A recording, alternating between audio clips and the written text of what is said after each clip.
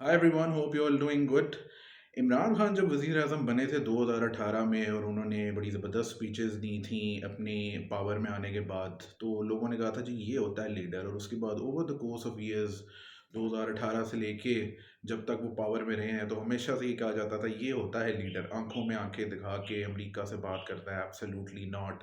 Oxford का पढ़ा हुआ, एक पर्सनालिटी है, हैंडसम है, फलाना है। तो हमारे जो यहाँ पे एक क्राइटेरिया है कि जी प्राइम मिनिस्टर की जो करेक्टरिस्टिक्स हैं कि इन चीज़ों से इकोनॉमी जो है वो ठीक होगी और हम एक अजीम कौम इन चीज़ों से बनेंगे। तो उसके लिए जो प्राइम मिनिस्टर है उसमें ये क्राइटेरियाज होने चाहिए। कुछ ऐसी सिचुएशन हमारी जो है वो क्रिकेट की भी है, जो कि वो भी पाकिस्तान से ही निकलती है कि हमारा जो कैप्टन है वो टूर्नामेंट जितवाए या ना जितवाए, वो नॉकआउट्स में हमें ले जाए, वो ज़बरदस्त कैप्टन है। और उस वो ही कैप्टन रहेगा क्योंकि वो कवर ड्राइव बड़ी अच्छी मारता है, वो बैटिंग बड़ी ज़बरदस्त करता है, उसके रिकॉर्ड्स बड़े अच्छे हैं। तो वो क्या हुआ, वाइट वॉश हो गया, वाइट वॉश हो ही जाता है, घर पे भी हो जाता है, बाहर भी हो जाता है। क्या है कि ऑस्ट्रेलिया ने हमें हरा दिया, इंग्लैंड ने हमें हरा दिया, कोई ऐसी बात नहीं है। उसकी जो कवर ड्राइव है वो ज़बरदस्त है।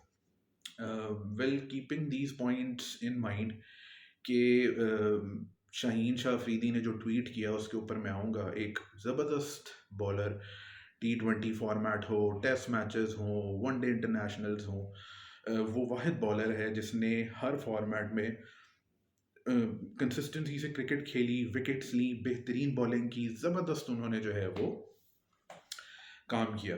एंड हमारे यहाँ पे जो कल्चर है, जिस तरह नजम सेठी जो नए चेयरमैन आए हैं, जिस तरह से उन्होंने कहा कि जी हमारे कल्चर में दोस्तियाँ यारियाँ ये बहुत ज़्यादा हैं और वो सुपरसीड या सक्सीड कर जाती हैं।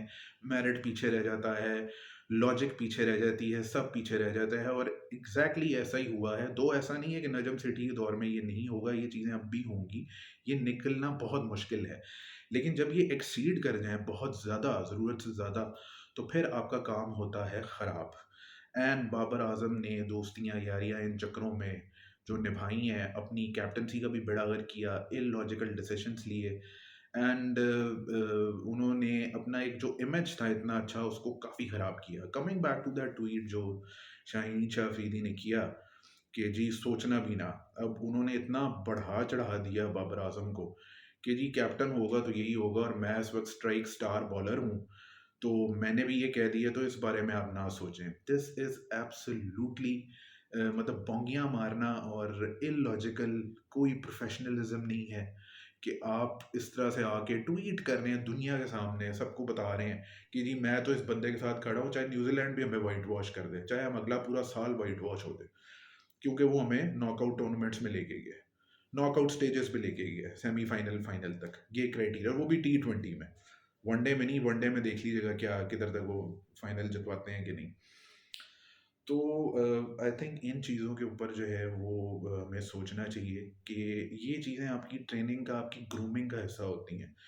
जब एज अ प्लेयर प्रोफेशनली आप इवॉल्व हो रहे होते हैं, आप अपनी बॉलिंग के साथ, या आप बैट्समैन हैं या आप कुछ भी हैं, आप एज अ पर्सनैलिटी भी अपने आप को ग्रो करते हैं, अपना एक माइंड सेट बनाते हैं। एंड आपका काम है गेम खेलना, ना कि पार्टीबाजी में पड़ना। पहले सैफ़ी जो है, सरफराज को जो है वो तरीके से बाहर किया गया, और बाबर आजम को अब अगर बाहर किया जाता है या टेस्ट कैप्टनसी से वो हाथ धो बैठते हैं, तो ये कोई एक प्रोपेगेंडा नहीं है, वो 3-0 से वाइट वॉश हुआ है।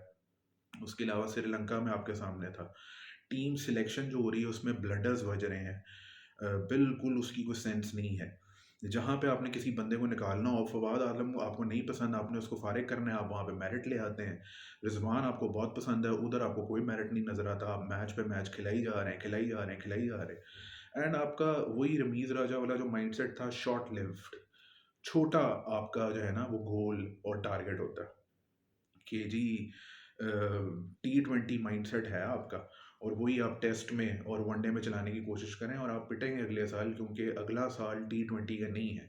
2021-22 तो आपने T20 की बेस के ऊपर गुजार लिया, आपने T20 मैचेस खेल लिए, लेकिन अगले साल आपने वनडेज खेलने हैं, टेस्ट मैचेस हैं।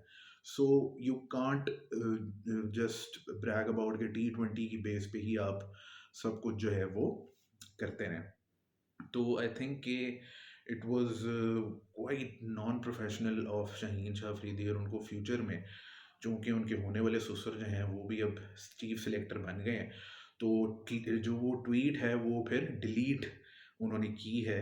और आई थिंक वो अपना सोशल मीडिया भी खुद मैनेज नहीं करते, वो भी इन्होंने कुछ एजेंट्स वगैरह रखे हैं जो मैनेज करते हैं। आई थिंक वही एजेंट जो है वो बाबर आजम का भी अकाउंट मैनेज करते हैं। तो ये जो तरीका है ना पार्टियों के साथ चलना, एंड कल को कोई और कैप्टन आता है तो आप किस तरह उसके साथ जो है वो चलते हैं। Babar Azam is a fantastic player. Cover drive का उनकी मैं भी बड़ा फ़ैन हूँ, उनकी बैटिंग का मैं बड़ा फ़ैन हूँ, रिकॉर्ड्स बना रहे हैं। लेकिन हर बंदा कैप्टनसी मटीरियल नहीं होता। सचिन तेंदुलकर क्रिकेट की हिस्ट्री का सबसे बड़ा, सबसे बेहतरीन बैट्समैन है, लेकिन he was not a good captain. He could not deliver much as a captain. Virat Kohli, yes, he delivered as a captain. तो जो है वो इन चीज़ों के ऊपर डेफिनेटली गौर करने की ज़रूरत है कि